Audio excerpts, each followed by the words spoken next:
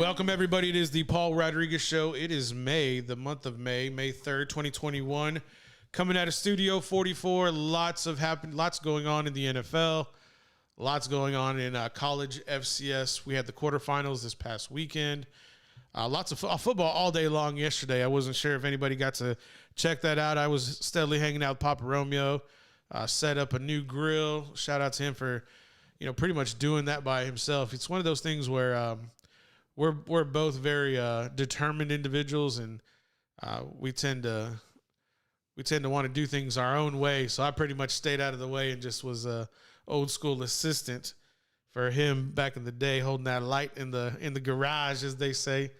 But yeah, shout out to him for helping me out with that grill. So we got that taken care of. Did a little bit of chores this weekend. Got to really enjoy the sunshine after that huge rainstorm kind of came in Friday into Saturday. So really had a good time on Sunday.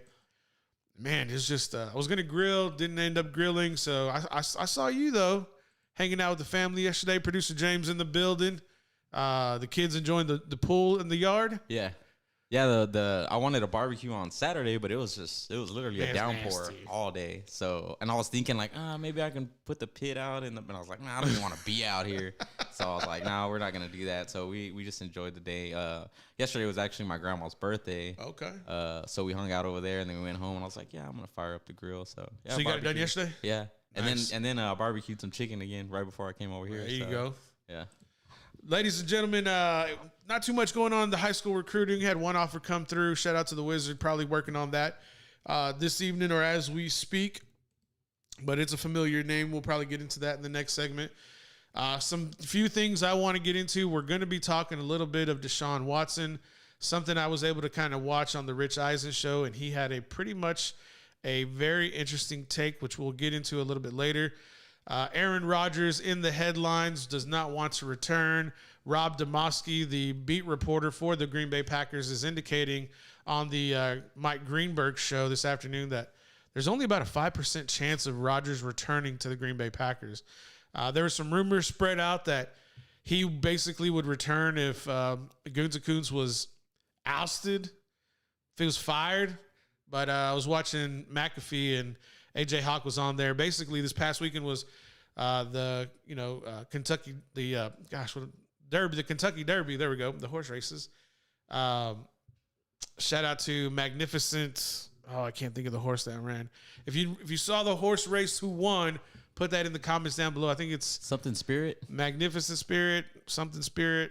But yeah, it was a little pony that kind of won that race. And shout out to Bob Baffer. I don't know if you know who Bob Baffer is. He's basically a world-class horse trainer. He looks like Robert Kraft. He looks like the owner of the evil empire. And they look like they could literally be brothers. I think it was Madame Spirit. I think it was. It was something with an M and a Spirit. Anyways, getting back to Bob Baffert, that was his 7th career Kentucky Derby win, which is like the big Medina Spirit. Is that what it is? Yeah. How did I get magical or anything? Better than Madame. Madame? Hey, better than Madame. Madame Spirit. Anyways, Medina Spirit, shout out. I think the jockey on there was an Alvarez. So shout out to him for winning also. But it was a great race. I don't know if you got to see it, James, but I tuned in right at 6 o'clock was when I don't really like the hoopla and everything.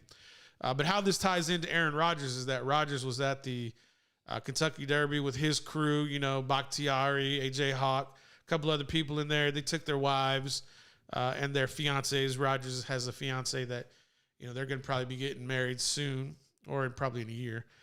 But for Aaron to have, this sense of, I want things. I feel like I wasn't taken care of. I think we pretty much beat that horse. No pun intended.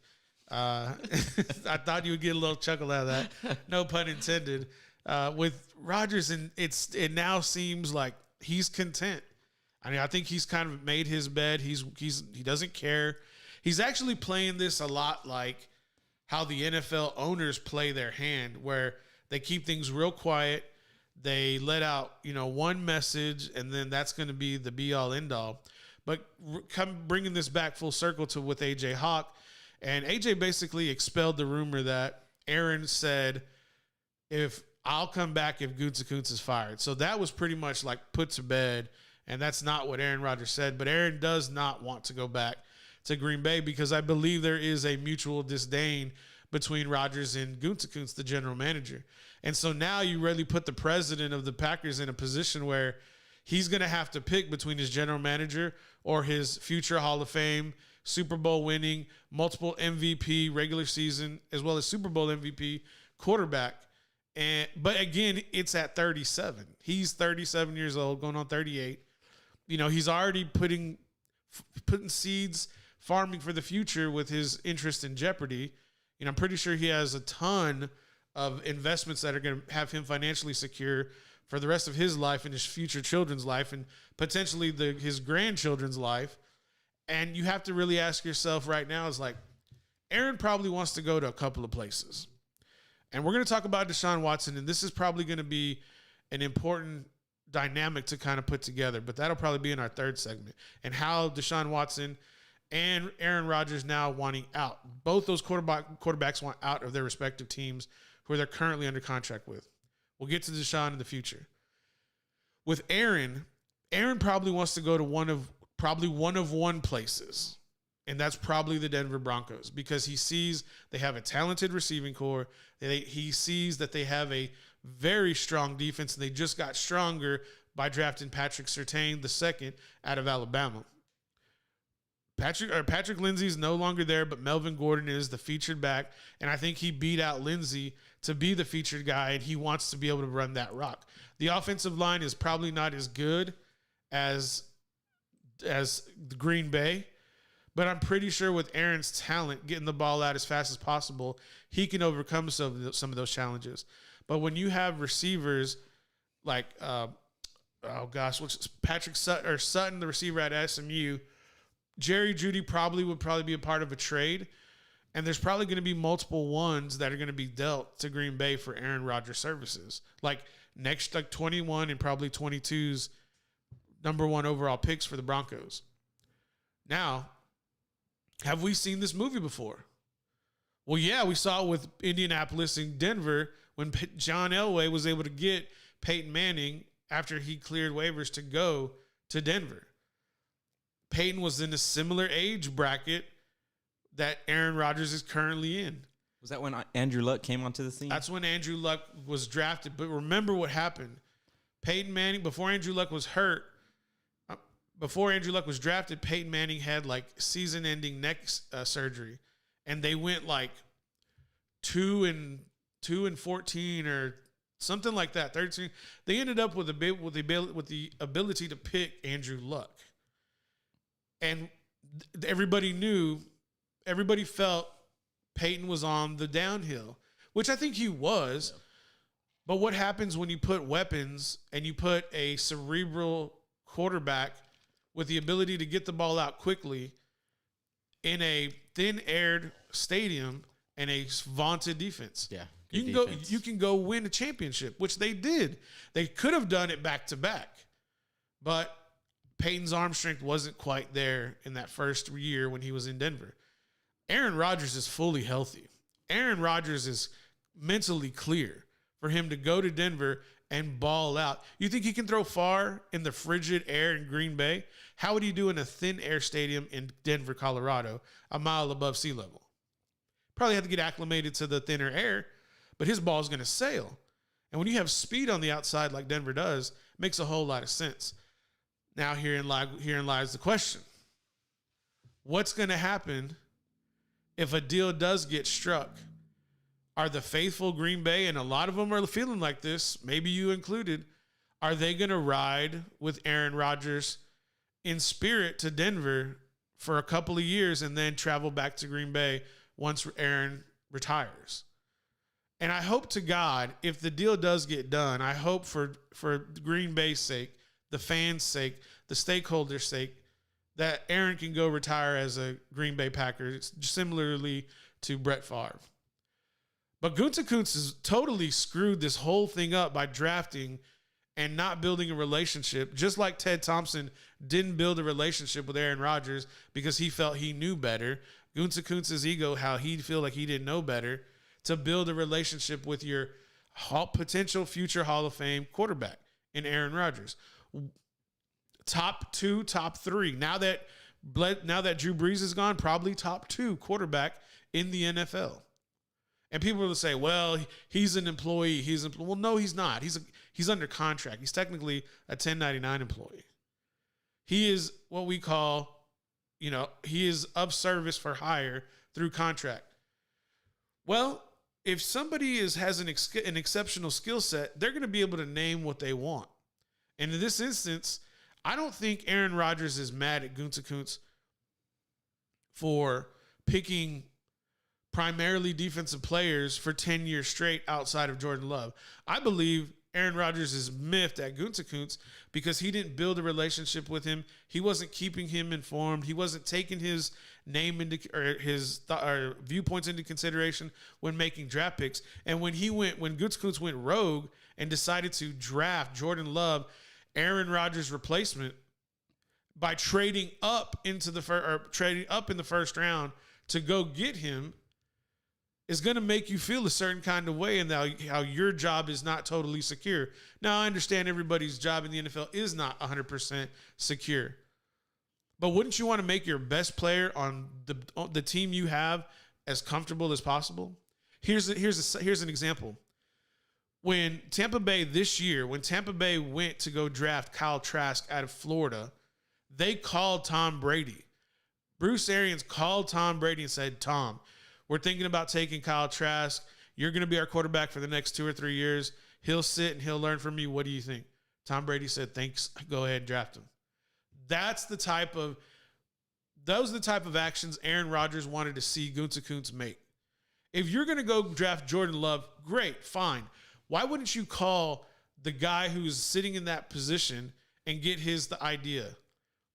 If you're going to do that, if you're going to move up in the draft, why would you go get Jordan Love when you could have gotten Jordan Jefferson out of LSU, who balled out at Minnesota in the division, the NFC North? Those are the types of things I think Aaron is frustrated with. And it trickles down to all the fans who get pissed off when people start talking about Green Bay and how Green Bay is making all these mistakes. No, Gutekunst is making these mistakes. Y'all just have to live with him because he's wearing your colors. Now, with all that being said and laid out, the resident Green Bay Packer fan, producer James, do you believe Rob Domofsky putting a 5% chance of Aaron being in Green Bay starting for the Packers next season? Or do you think it's totally a lost cause? Man, I want to feel like it's a lost cause. Like I've said before, Right. like whenever someone comes out and they go ahead and say, I'm not happy here. I don't want to be here. Normally it's like, nice to know you. Farewell. Not nice to know you, but, man, it is nice to know you. I think he's gone, man. I think he's gone. I've mentally prepared myself for my notification to drop, breaking Packers deal, to where, and go ahead. He's already said he doesn't want to be there. Yeah. So you've already you've already experienced the worst, and you prepared yourself as if he is already gone, which is probably the right feeling, so that you don't get your hopes up. And I don't mean you individually. I mean Packers fans in general. Yeah. Yeah. I mean, like I said, it's going to be harder to explain it to my son because he's a 9-year-old kid who doesn't understand the business of football. Right. I kind of already told him, but he's like, that is awesome that you can say that. Yeah. You are learning. I think you are learning. I believe you're learning that this is now the business end. Yeah. Just like how the Cowboys went through this with Dak for 3 years and Jerry Jones. Now the Packers are on their other foot. Mm-hmm. And soon we'll talk about the Texans here momentarily, just so how this is all going to tie together. And there's going to be a race. There's going to be a race, I think, between 3 teams and 2 quarterbacks. And those 2 quarterbacks are going to be Aaron Rodgers and Deshaun Watson going into the 2021 football season. I hope earlier to answer your question that you said about Packers fans following, Aaron Rodgers to Denver or whatever. Me personally, I do hope that wherever he goes, I hope that he is successful, and I do hope that he wins another Super Bowl, because I feel like once you get late into that career, once you've been paid millions and all of that, it's about your legacy, your greatness, what you're going to leave behind, and of course all of that. And he deserves it. He's a good guy. Of course, I don't know him personally, but from what I see, from what you've seen, yeah, and he's done a lot for the organization and all that, So I hope he is successful wherever he goes. I'll cheer for him, but of course, it's Green Bay first, and then But it's a shame that wasn't reciprocated. Big time. Wouldn't you agree? Big time. It doesn't take a whole lot. I mean, how much does it take, like you said, to pick up the phone, call your franchise, basically. It is the franchise. Yeah, and be like, hey, this is what we're thinking, regardless of if you would have gave the thumbs up or thumbs down, it's the thought that counts. The courtesy. I mean? Yeah. Most definitely. All right. I like Aaron to stay in Green Bay because I think Aaron's the old school guy. I'm an old school guy. We're the I think they call them, we're the old millennials. We're that right on the border. We're like 83, 84. Y'all are like the first year millennials. Okay, fine. But we don't think like the kids in the 90s. We don't think like that. We think more of like generation, I guess it'd be X or Z, or not Z, but Y. The generation who were born in the early 80s and 70s. Those are the types of mindset we have. Like, I'd rather call you on the phone than text you. Oh, okay. I'd rather write something down on a piece of paper than have a computer notebook all full. Now, it's more efficient. I get it. I'd rather go somewhere in person to see an event rather than watch it virtually on television or computer. Aaron is a throwback kind of guy. He's a single chin strap, leather chin strap at that. And that's something that comes from playing, football in the late 90s and the early 2000s. That's where it came from. I remember. I was one of those guys. And for him to want to finish his career with one franchise, I think he has a lot of pride taken into that. And it's, unfortunately, we live in the business world of the NFL where it's cap space. The new GM that came in is going to want their guy. The new coach is going to want, and I think for LaFleur, is has more allegiance to Rodgers than he does Gutekunst. But it's like this. Gutekunst hired LaFleur, Yeah. And at the end of the day, LaFleur is going to go with who Gutekunst wants, and however Gutekunst puts it, by getting rid of Rodgers or vice versa. LaFleur is stuck in the middle, and he's playing his hand as that. I'm with Rodgers. And Gutekunst is doing the same thing. He wants Rodgers to be in-house for how long? And that's going to be the thing is like, yeah, you're going to be our quarterback until June 1st, July 1st, when I can trade you and move around this cap space to make it more beneficial for our financial future. Yeah, and even it's like you want him to be your quarterback for what, dude? Like, what have you done to surround him, with the proper weapons or to make him successful? You know what I mean? Well, his thought process is, I have Aaron Rodgers. All I need to do is worry about the defense.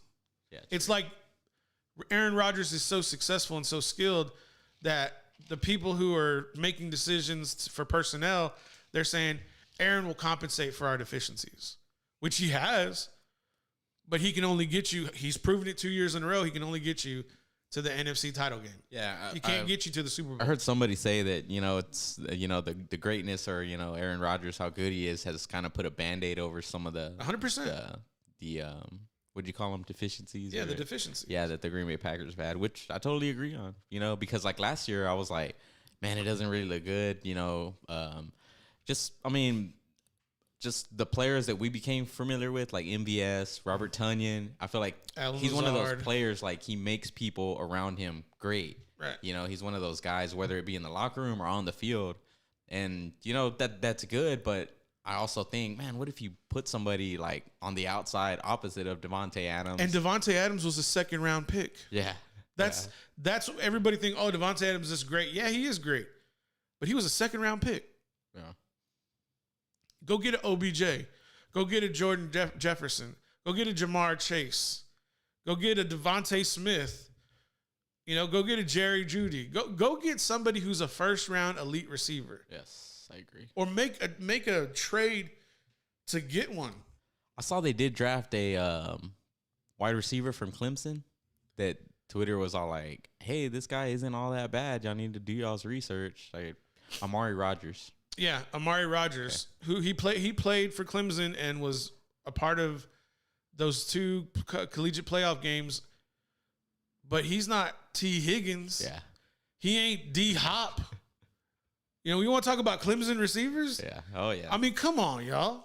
I did see Matt LaFleur's press conference that he had. I think it was on Saturday. Okay. Yeah, and it was he looked like he didn't want to be there at all. He didn't. Yeah. Yeah. They've been on planes to the West Coast trying to like make up for it. It's like a bad romance going on right now between Rodgers and the management and coaching for Green Bay Packers. Yeah. I hate it. Rodgers is a lover scorned right now. He's like, cool, I'm out. Please come back. Please come back. Please come back. That's all I hear right now. Fuck you. No, but it's not. Not you. That's what Rodgers telling them. Well, I mean, what else can he say? Yeah. He said his piece. Yeah. And he's smart by not saying anything. Mike Tirico wanted to interview him at The Kentucky the Kentucky. He was like, I'm sorry this got out. It wasn't meant to become public. Yeah. No. I believe him. Really? Yes. Who let out all this information? The Packers let it out. True. Gunther let it out. The president let it out. Aaron Rodgers didn't want this to come out. And that's I want to say the sick game. It is a sick game. That is the sick game that they play in the NFL, where they will try to embarrass and try to put a bad light on the players so that everybody can feel sympathetic to the organization. And Rodgers is playing chess and they're playing checkers. And Rodgers put out his statement the day of the draft, and these guys are playing makeup. Oh, well, Rodgers said he's not coming back unless Gutekunst's fired. Who let that out? AJ Hawk said on McAfee's show, Aaron never said that. I can tell you right now, Aaron never said that. So who let it out? That's just further damaging the relationship, you know? Exactly. It's because Aaron is playing chess by putting everything in a certain position to come out on a certain day, and the organization, the Packers organization, is trying to catch up to get ahead of the PR curve, and they failed. So let me ask you: do you think Gutekunst is already in his mind? Do you think that he actually thinks that Rodgers is going to stay, or do you think that he's playing a PR game, in my opinion? Do you think that he's already lost them, or like? Yeah, he knew once Aaron Rodgers went public by saying he will not return to Green Bay. Gutekunst knew this, because this isn't all just happening now. This has been happening for years. Oh yeah. That's why Gutekunst knew. He was like, you know, when he came out and made his statement, well, we've been trying to work on this for a long time. You know, this isn't something that's new to us. You know, Aaron Rodgers is our quarterback. He's going to be our quarterback for our foreseeable future.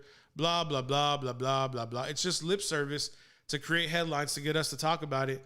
But Aaron Rodgers is doing the number one thing, is he's playing the role of an organization by putting out a statement and shutting up. And the organization at this time is playing more of the role as a player and trying to be in the media and putting out stories and leaking out stories. May all allegedly not be that true. Yeah.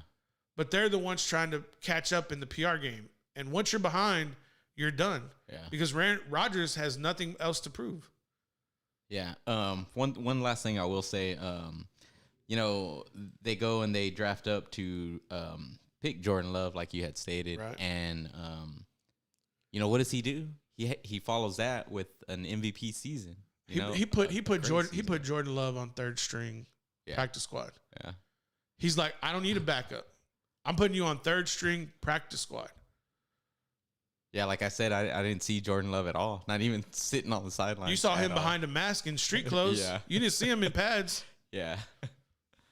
That's the response Aaron Rodgers had for Gutekunst to making Jordan Love his first round draft pick, moving up. That was his response. Nearly went to the Super Bowl. If Bakhtiari did not get hurt, they're playing in the Super Bowl. I believe that. And winning? Does Kansas City have their does Kansas City have their offensive line full strength? Oh yeah, true. That's the question. Those are the questions. It all came down to left tackles in the NFC Championship and Super Bowl. It came down to left tackles. That's why they're the second highest paid position in the NFL. Let's go to break. That is true.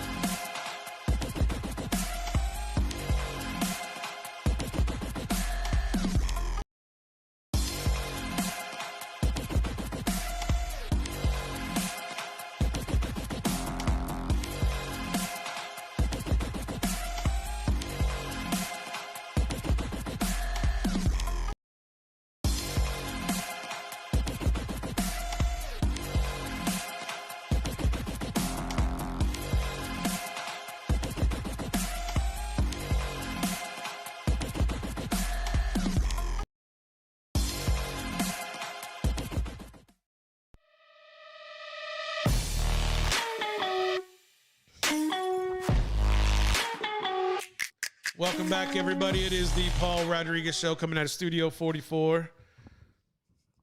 Little drink got you a little distracted. Getting a little comfortable there. I saw you, man. I was like, I'm gonna come in on this. I don't care what happens. I'm coming in here real quick. Let's get into the high school recruiting, and then we'll talk a little combat sports. Big week this week on Saturday. Canelo Alvarez taking on Billy Joe Saunders from the UK, fighting in Dallas. Good old Jerry World. Man, AT&T Stadium going to be rocking. Full capacity? I believe it is. I just don't know. Yeah. I just don't know what. I don't know to what extent, because it can hold. I bet you that stadium could hold 130,000 people.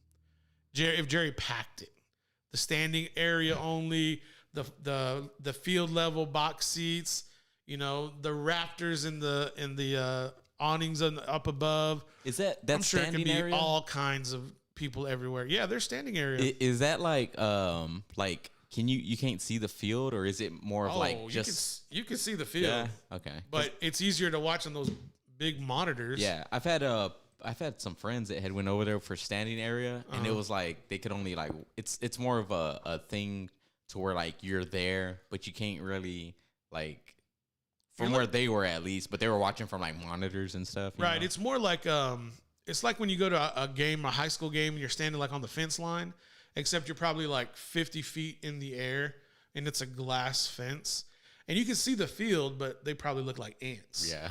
But it still looks cool, and you got these cowboy dancers dancing, like go-go girls, and it's an experience. And then you got that big ass massive fucking time truck. Dude, it is a I've never been there, but I've heard it is a sight to view anything on that huge. Like, people were playing like Madden tournaments on that big TV. I mean, I'm sure it's like a video board or something. Anyways, the point is that wouldn't that be a hell of a way to play Madden? It'd be pretty awesome to get down and do some kind of big tournament like that. See somebody run that 9 route on you. Hey, man. Hey, don't worry about all that. Don't worry about the past. We're all about moving forward. High school recruiting, just, one offer coming through for Mainers. Athlete Che Nwabuko, who picked up an offer today from Louisiana Lafayette, the Raging Cajuns. They're turning their program around as well. So is Texas State. Trying to get these. The rumor is there's a 3-way quarterback battle for the Bobcats' son, San Marcos. I was going to say San Marvelous. Getting a little distracted there. But we'll see how that kind of fares out. I'm looking forward to the season for the Bobcats. Hopefully they can turn things around a little bit, get a little bowl eligible. I'd surely like to see it. But let's pivot real quick. Ruiz versus Areola this past Saturday, May 1st. A huge fight that I thought this was definitely going to be a fight where someone was potentially going to be knocked out. Did not come to a head. Andy Ruiz was fighting very similarly to Canelo Alvarez in his style, which I thought was very unnatural for him, although he does have the hand speed to really kind of fight with that kind of style as Canelo does. But he looked rusty. He came out after the fight, and he definitely said that he was about 60%. And late in the second round, he was definitely dropped by a very vicious right hook by Chris Areola. The fight kind of went back and forth a little bit. When the fight was over, though, the majority decision did end up going to Andy Ruiz Jr. Big time. Although one of the judges had the fight 117 to 110, I had the fight 116 to 114, and I don't really know how you can give. You're really only giving Chris Areola a 10-8 round the whole night. That's all you gave him was 10-8, and Ruiz won everything else. There's no way. Ruiz was definitely wobbled in the third. He was taking lots of punishment between the 5th and 6th round. He was ahead on the card, but in my humble opinion, he did not dominate the fight in the way some of the judges' scorecards, ended up. And we see that a lot in boxing. Yep. We talk about how, maybe there was a potential work, just like the Paul, was it Jake Paul? Is that the right Paul? Yeah. I know Logan Paul's fixing to fight Mayweather supposedly. I don't know how that's going to work. But yeah, Paul and Askren, that was a work. You know, somebody walking away with $1 million, somebody walking away with, I don't know, 10, 15 million. Hey man, if you can get it, you can get it. They got it. So, but for Chris Arreola, he was extremely upset in his post-fight interview where he said some very expletive things that I don't even want to say on this show. I think he quoted Dr. Dre. He quoted Dr. Dre. And you go look up the quote. You can go look up the YouTube video with Chris Arreola giving his quote for Dr. Dre. Yeah, I would love to say it on here, but I'm just, even for me, I'm going to get a little red saying that one. You're already turning red over there. Where's he from? Arreola, Los Angeles County. Oh, okay. That's why he's all big into, he got his LA hat on. He did have a fresh suit going into the press conference before the fight. It was a dope suit. I have to admit that. But Ruiz said he was 60%. He looked extremely rusty, which I agree with him on that end of it. But this is a fight to see who will probably go and be able to fight Wilder next. And that'll be the next big test. If Ruiz wants to go back and recapture the, unified world championship like he did when he beat Joshua early in 19, which that was a great fight. You can go watch the highlights on DAZN on YouTube for sure on that one. And then we had a UFC fight this weekend. Any thoughts on that Ruiz Arreola before we get? Do you think that they're making it almost like a tournament style? Like the winner of this is going to go on to face Deontay Wilder, and then the winner of that is going to go on to face the winner of Tyson Fury. Like subliminally? Yeah, something like that, I think so, but doesn't it make it more intriguing? Like, it kind of makes you want to watch the fight. Like, oh, well, if he wins this fight, he's going to go fight Wilder. And whoever wins out of Wilder and Ruiz, they're going to go fight the winner of Fury, Joshua. And then they'll be the unified, undisputed heavyweight champion of the world. Yeah. Oh, yeah, for sure. And I think it just makes it more entertaining because it kind of makes you want, like, I didn't want to buy that pay-per-view. But I was like, okay, I'll buy it for the price point. Because I'm definitely going to buy the Canelo one this weekend. Like, I don't have a DAZN membership, but I'm going to get one because I want to watch this fight. The question is, which one do I want to buy? So Canelo's still with DAZN? That's another story for another topic. Yeah, there was lawsuits and bad blood between him and De La Hoya. Canelo was on Graham Bessinger's YouTube show, basically saying De La Hoya does not own DAZN. He's just the face, and all he cares about is looking for his next drink. Well, that's pretty damn evident whenever he was on, Thriller with the Delgado girls. I mean, what are they called? D'Amelio. Yeah, whatever their dumbass names are. Yeah, he literally was looking for his next drink. Delgado, DeFranco, I don't know. Stupid. Looking for his next drink. Pretty sure that's not all he's looking for. Well, shit. If he wants to start fighting people again, he's going to have to put all that down. Is it like well known out there that he has a coke habit? Because I've heard a lot of people like it's like just a given, but I had never heard that. But I heard people talking about his commentary on that Triller fight.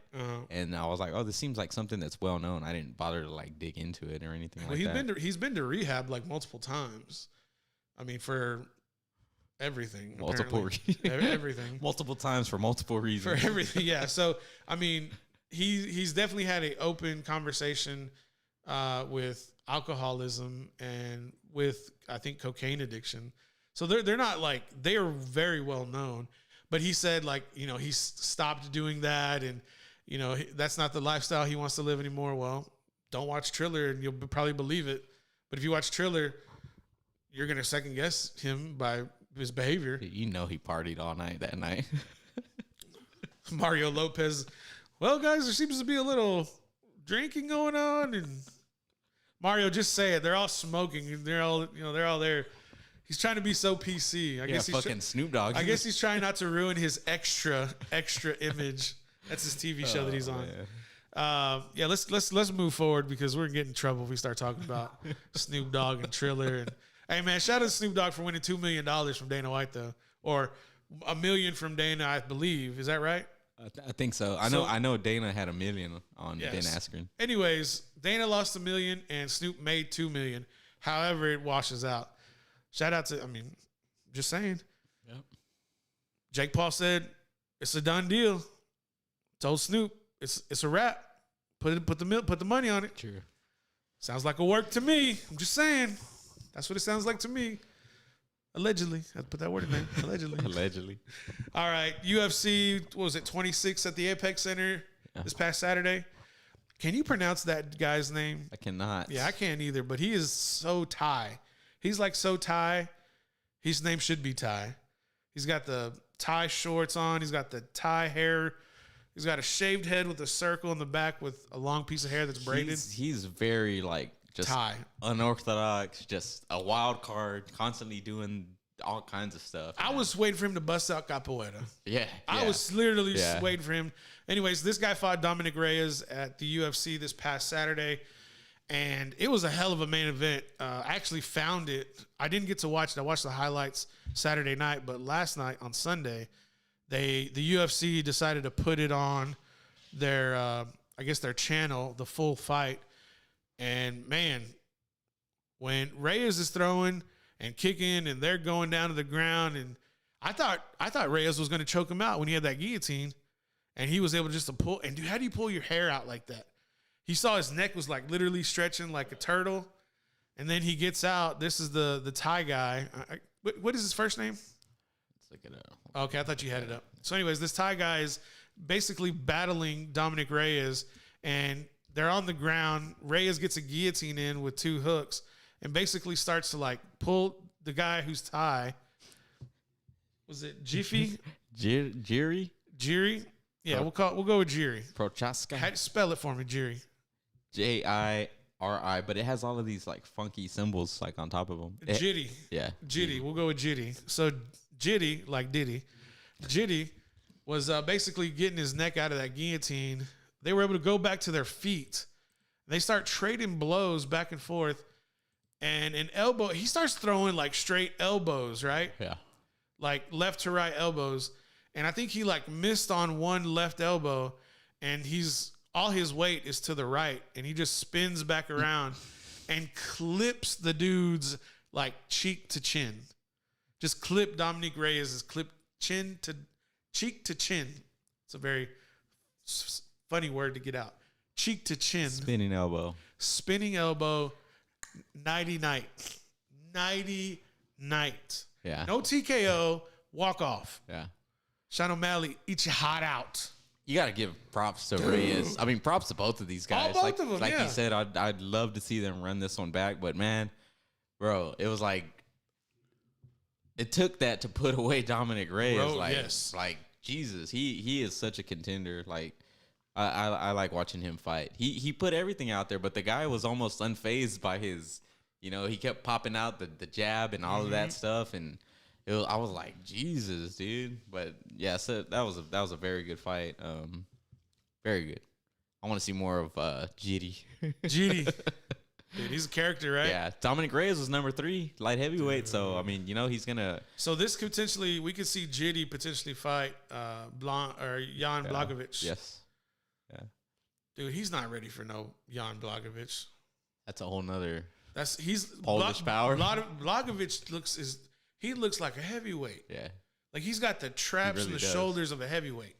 You got little body, little lower body. He's like one of those. He's just like dense. Thick. Yeah. He's thick. Just trying to avoid that. That boy thick.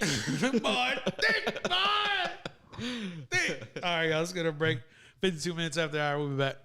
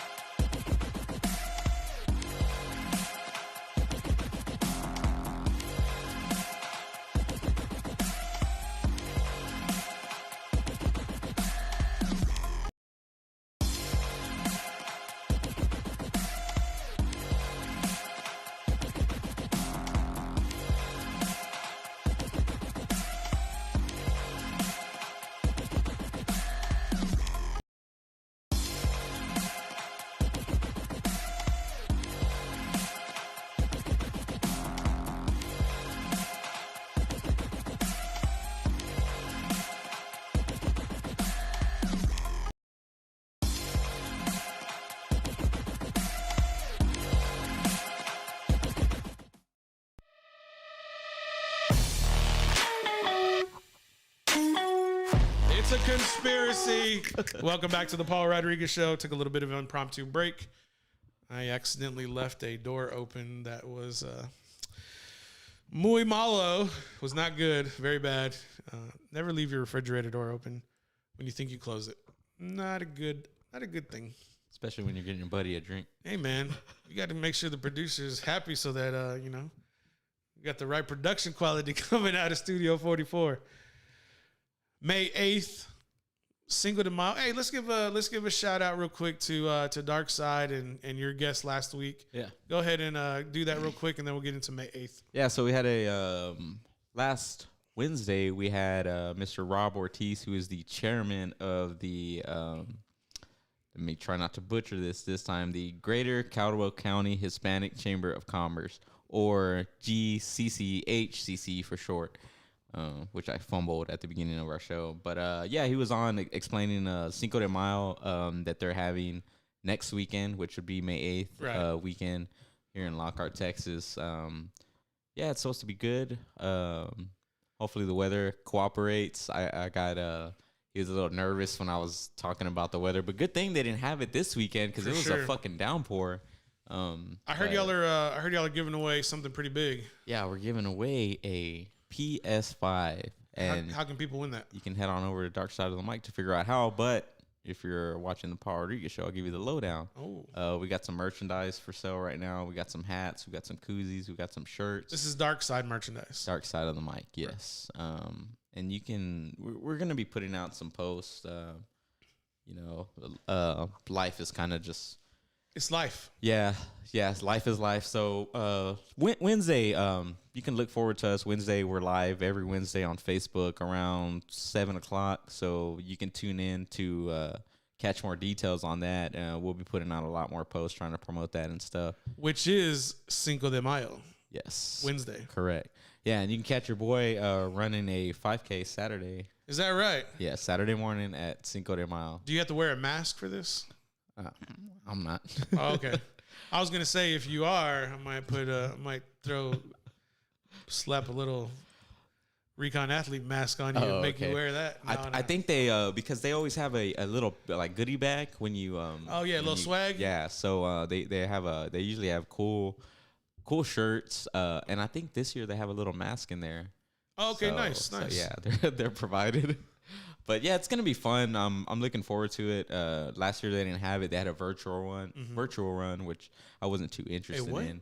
Virtual run. How does that work? So you basically just run at home by yourself, and then you like on a treadmill on the road, and you send them your time, or you like. I was just like anybody can. You record it? No, there's like Nike Run apps or like Fitbit or whatever that'll track your run, and then you submit that information in. Which I'm not too fond of that because I feel like anyone can cheat or modify their time or whatever. So I really wasn't interested. Yeah, and plus to me the whole joy is just like being there with everybody. Right. And there's everyone from high school cross country runners to 75-year-old men. Did you run cross country in high school? I did not. You should have. I did not. Yeah, I thinking back, I should have, but I actually didn't do a whole lot of much in high school, man. I just kind of hung out and passed. You found your groove. I did, yeah. After high school, which it's cool. I love running. So yeah, Saturday I'd encourage everyone. If you want to exercise or whatever, head on out there. It's what time does that begin? The 5K. I believe it starts at 8 o'clock in the morning. Okay. Yeah, not too bad. It's pretty early. So I haven't really been training as much as I normally do for this kind of thing, just because life, like we said. But and it's just about 3.5 miles. Yeah, 3.1. Okay. 3.1. So I'm looking forward to it. I can get up and run 3.1 tomorrow. But the thing with these races is that I always like to do my best, and I strive to better my personal best. So you're saying you're competitive is what you're saying? I'm very, very competitive. Is there an age classification? Yeah, there is. There's age groups. So this year I'm gonna be. It's my first time in the 31 through I think it's 34. They do them by like 3 years. You're gonna dominate. You think so? No. No, I think you're gonna be in the top 10%, if not people. I'm gonna give it my all, man. But if you start beating like the 20-year-olds, then you can like really start talking a little shit. Yeah, I know. That's gonna take a lot of hard work, maybe Why? next year. Dude, it's a lot, man. I've started, through my running career. I started running after high school, probably like in 2009, and it's taken a lot to just figure out what works best for me, and also to train running. I've never trained running. I didn't know there was even a way to train, running. And so I've been able to bring down minutes on my overall 5K, and it feels great every time. But it's real strict, man. It's real strict, but it's also very fulfilling when you do it. Sure. So yeah, man, it's a good time. I'm looking forward to it. All right, y'all go check out the Cinco de Mayo celebration. Where's this at again? On the square in historic downtown Lockhart, Texas. And you can catch our episode with Rob Ortiz, chairman of the Greater Hispanic Chamber of Commerce, on Spotify or on YouTube or on Facebook. Word. Yes. All right, guys. That sounds like a fun time. If y'all want that PlayStation 5, though, go check out Dark Side of the Mic on Facebook. Yes. See the details. Get the deets. Mm-hmm. All right, y'all. Canelo Alvarez, May 8th versus Billy Joe Saunders. Mega fight. A lot of people are saying that this could be one of the most difficult fights Canelo has going forward. I disagree with that. I think Canelo is pound for pound the best fighter we have today in the boxing world. Caleb Plant was at the Ruiz-Arreola fight. Caleb's a big guy. The reason I bring up Caleb is because he potentially, if Canelo wins, he would be the next opponent champion for Canelo to face. And that's the thing. Canelo doesn't go fight like scrubs. He goes to fight champions in 4 different weight classes and captures those titles. Just saying, Julio Cesar Chavez. I'm just saying. You got 90 W's. I got it. This guy got 4. You got 3 division world titles. Canelo's got 4 and goes to fight champions every year, twice a year, maybe 3 times a year. And you're going to fight guys who got 5 wins. Two dates are always guaranteed. Locked up. Yeah. Cinco de Mayo. 16. Yeah. Gotta have the Mexican holiday sewed up for the boxing world. Sure. Thoughts on this fight for Saturday? Is this Ruiz? Listen, for last week, Ruiz was supposed to knock out Arreola with a 70% chance of happening. Do you think that's going to be more or less for Canelo knocking out Saunders this weekend? More or less than 70%? I'm going to go with 75%. Wow. I'm going to go with 75% that this ends in a knockout. Come on, it's Canelo, man. Do you think the people get their money's worth? Oh, for sure. So 9 rounds or 8? I'm going to go with 10 rounds. So not over 9. 10 rounds, yeah. Wow. Okay. So he takes him to the championship rounds and then ends his night. Yes. Yeah. Okay. Yep. I like it. I'm looking forward to this fight. What do you say? I like an 8th round knockout between 8 and 10. So I think we're like-minded. But I think Canelo is going to come in, and his hand speed and head movement are going to be the difference in this fight, as they usually are in every fight that he has. But his power is going to be on full display. I don't think Billy Joe Saunders, I know he's a little bit bigger than Canelo. A lot of the fighters are. Canelo says he's 5'9". That's a crock of shit. He's 5'7", maybe. 5'6" and 3/4. And I've seen him stand next to men who are 5'9". I've seen him stand next to De La Hoya, who's 5'10", and he looks shorty. So I'm just saying, whatever. He's pound for pound world champion, no doubt about it. But I like 8th to 10 round knockout, and it's gonna be vicious. And then the hoopla is gonna be started up for Caleb Plant. That one will probably be in Vegas, if I had to guess, just because this fight's going on in Dallas and Jerry World. But I think that fight between Caleb Plant, that could be Canelo's toughest fight ever, just due to the fact that Caleb Plant is all of 6'1", and they're probably going to fight at super welterweight. And and Caleb's going to have to come down, but Caleb could easily walk into the fight 200 pounds. Canelo's going to walk in at least at 180, fight night. He'll walk in at 180. So we'll see. I'm looking forward to that fight exceptionally. Nice. I don't know what I'm going to do yet, though. I don't know if I'm going to watch it somewhere or here at the house. I don't know yet. Haven't made those plans quite right yet. But it's going to be on DAZN. and so I can pretty much watch it anywhere. That's the only good thing with DAZN for me. And their app doesn't lag. Oh, really? Yeah, ESPN's lags. DAZN's, it doesn't lag. It's weird. I would promote my company based on that. Yeah, the tech has to be so exceptional. For ESPN, maybe the platform is just too big for ESPN's like servers. Like they probably do well if they only had like 1 or 2 sports. Because I think DAZN only has boxing, a little bit of MMA, and a little bit of cricket. They do cricket. Yeah, it's weird. So I don't know. The content is probably just a little bit less for the servers, but you gotta give it up for the app. That's kind of weird. It's like we do boxing, MMA, and cricket. Cricket. I thought you were gonna say like wrestling or something like that. No, I mean that's the MMA stuff. Yeah. Each his own. I saw Disney trying to promote Falcon and Winter Soldier. Like they're like watch it. Like they were like binge watch it on ESPN Plus.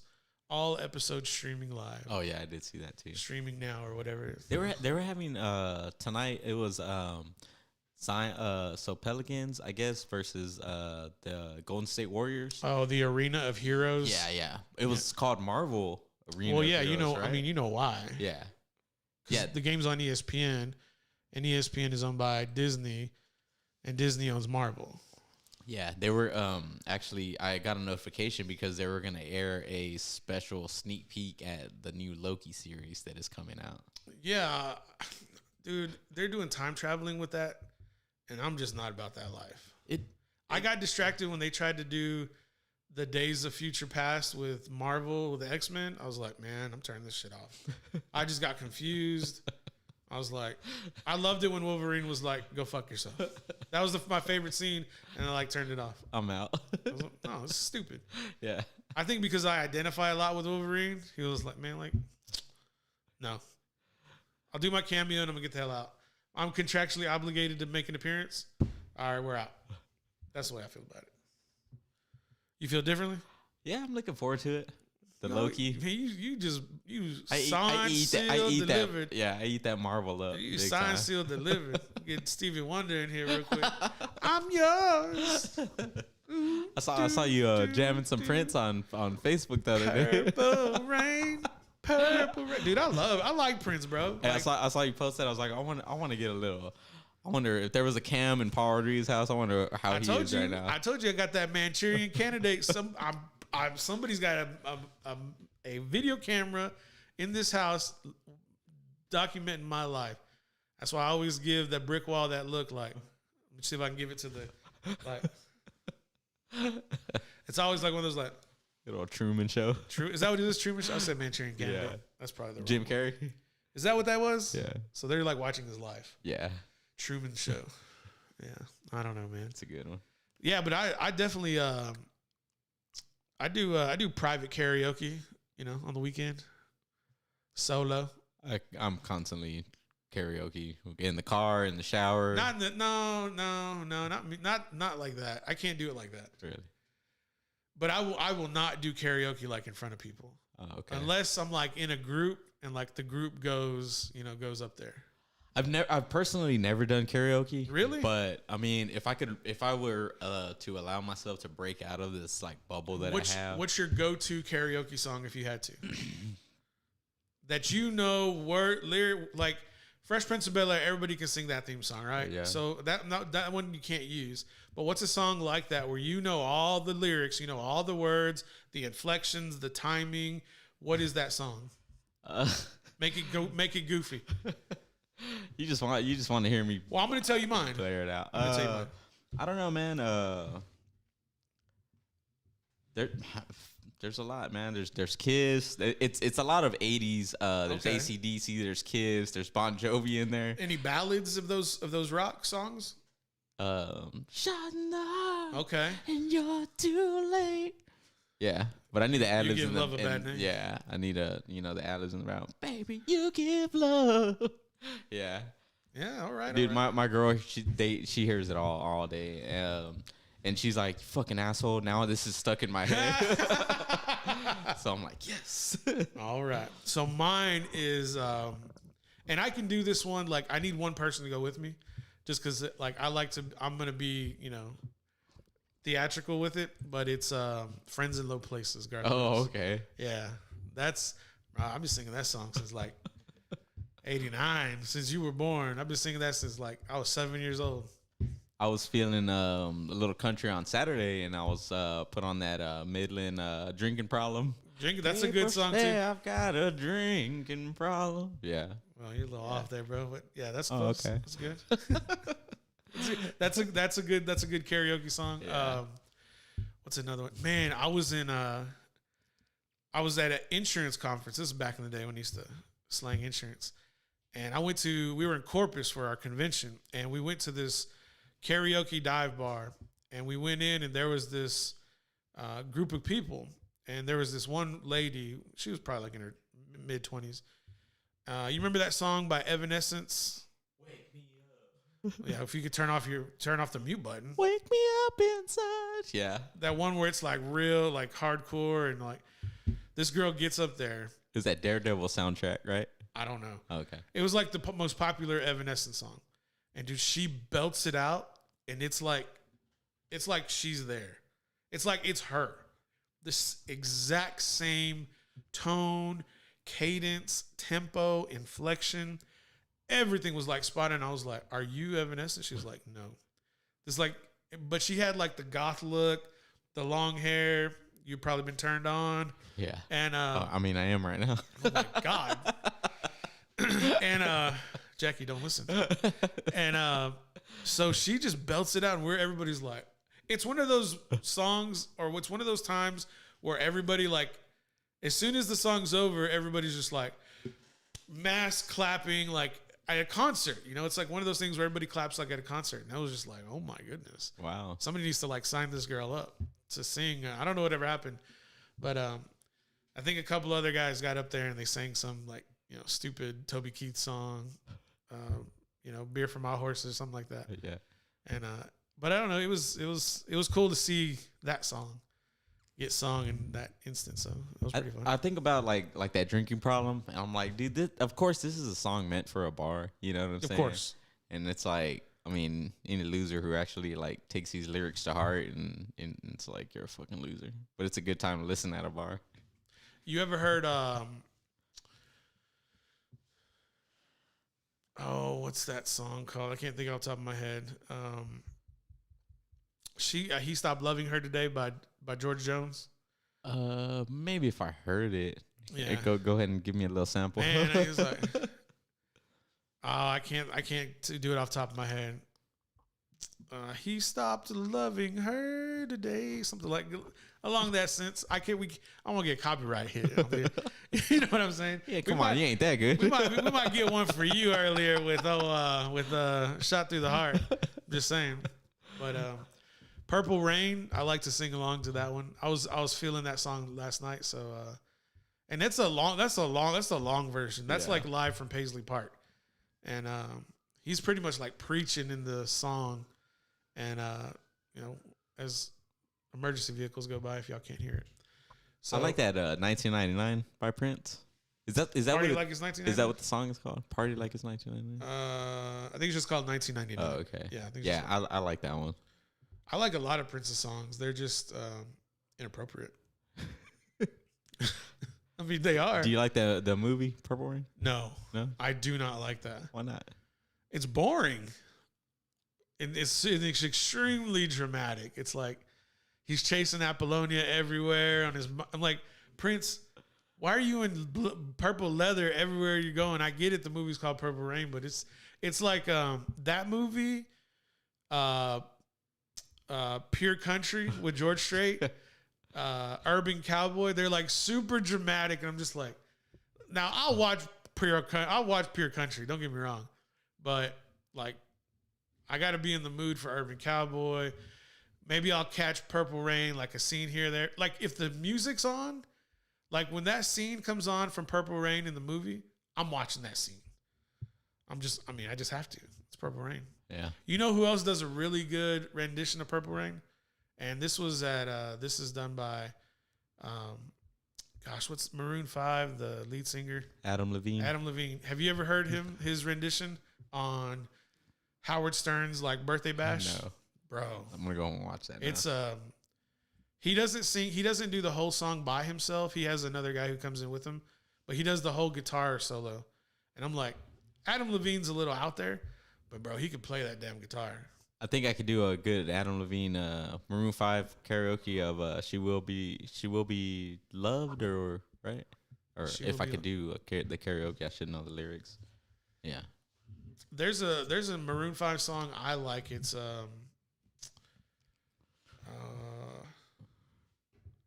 Sunday morning coming down Sunday morning. I don't. That's about as good as I can get to it. Gotta get you warmed up. It's super early in the 2000s, I think is when it kind of came out. Okay. Or maybe 05, 06. But yeah. Maroon 5, they're okay. Yeah. They're all right. I agree. Tom Petty fan? Do you know Tom Petty? Tom Petty. He's a smoker. He's a joker. Yeah. He's a midnight joker. That's Tom Petty. Who else? What's a go-to song like that's got to be played if you're at like a party? Like what songs being played? If I'm at a party? Yeah, I'm not gonna let you have easy ones. So is what Tejano song is being played at a party? Man. Anyone? So you got me. Tragos Amagos. Okay. All right. Yeah. Let's see. that makes everybody cry. What's the next one? That's the end of the night kind of song. Yes, for sure. Everybody go home. Yeah. Take your ass and leave. Don't listen to James. Just go home. Don't listen to James.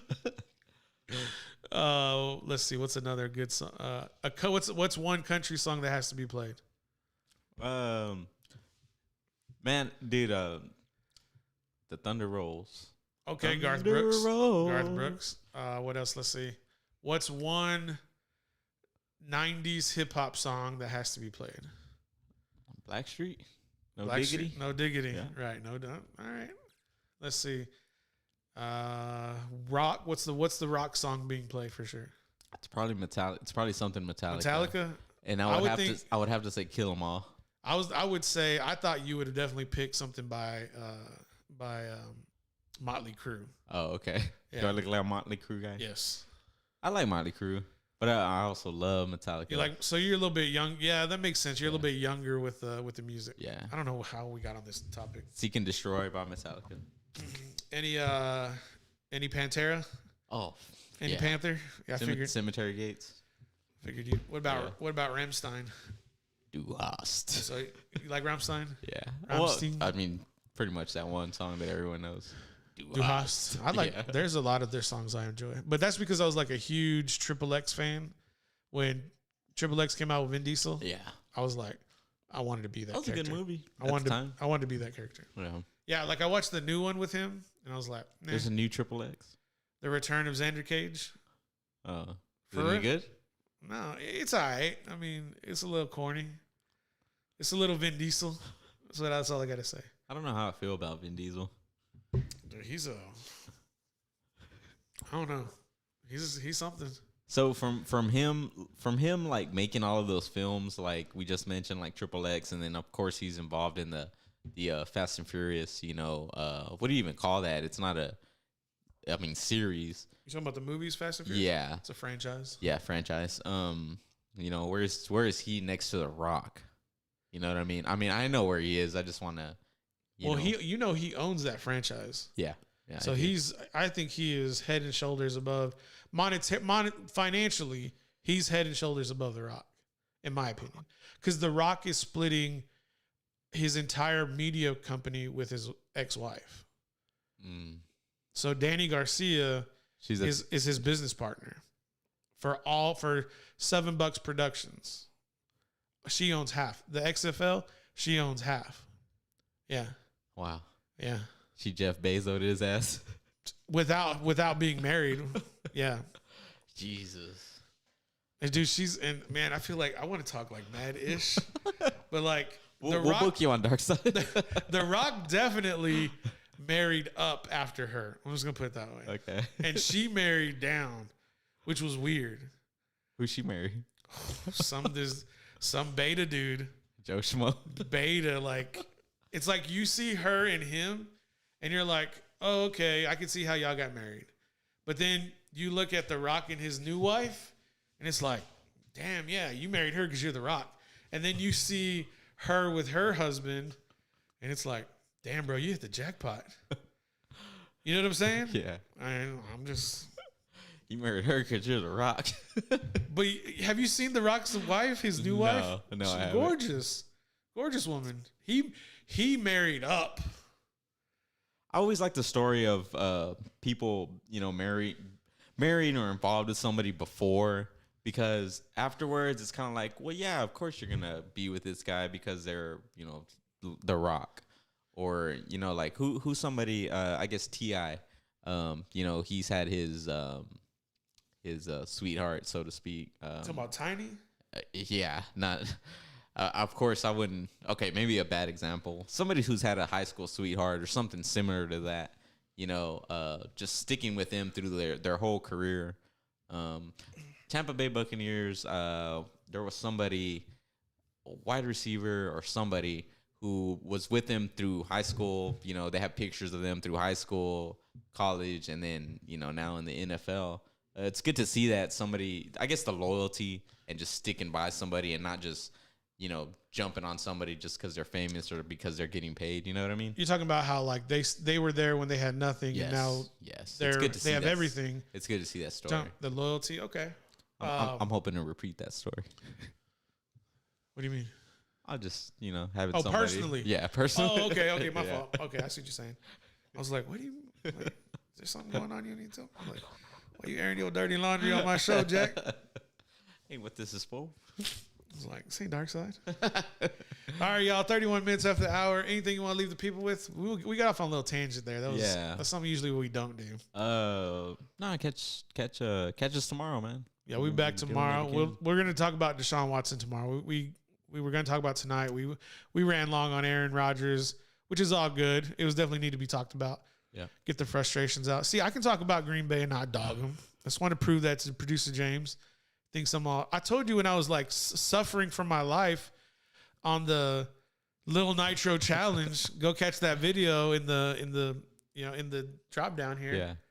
And no, I think Lil Nitro just humbled you, bro. A Lil Nitro times 2, Jack. I saw somebody, they were talking about. I've been watching these Lil Nitro challenges. There's some straight up punks with doing these one gummy bears. Now, I don't know if they're acting, but these people were like losing their minds over one gummy bear. I did too. You did too. 18 million. Scoville. Just saying. Almost died. Props to you, man. Not really, though. Word to the wise. If you're going to do any hot challenge, eat food before you do it. Take it from me. Until then. Hasta mañana.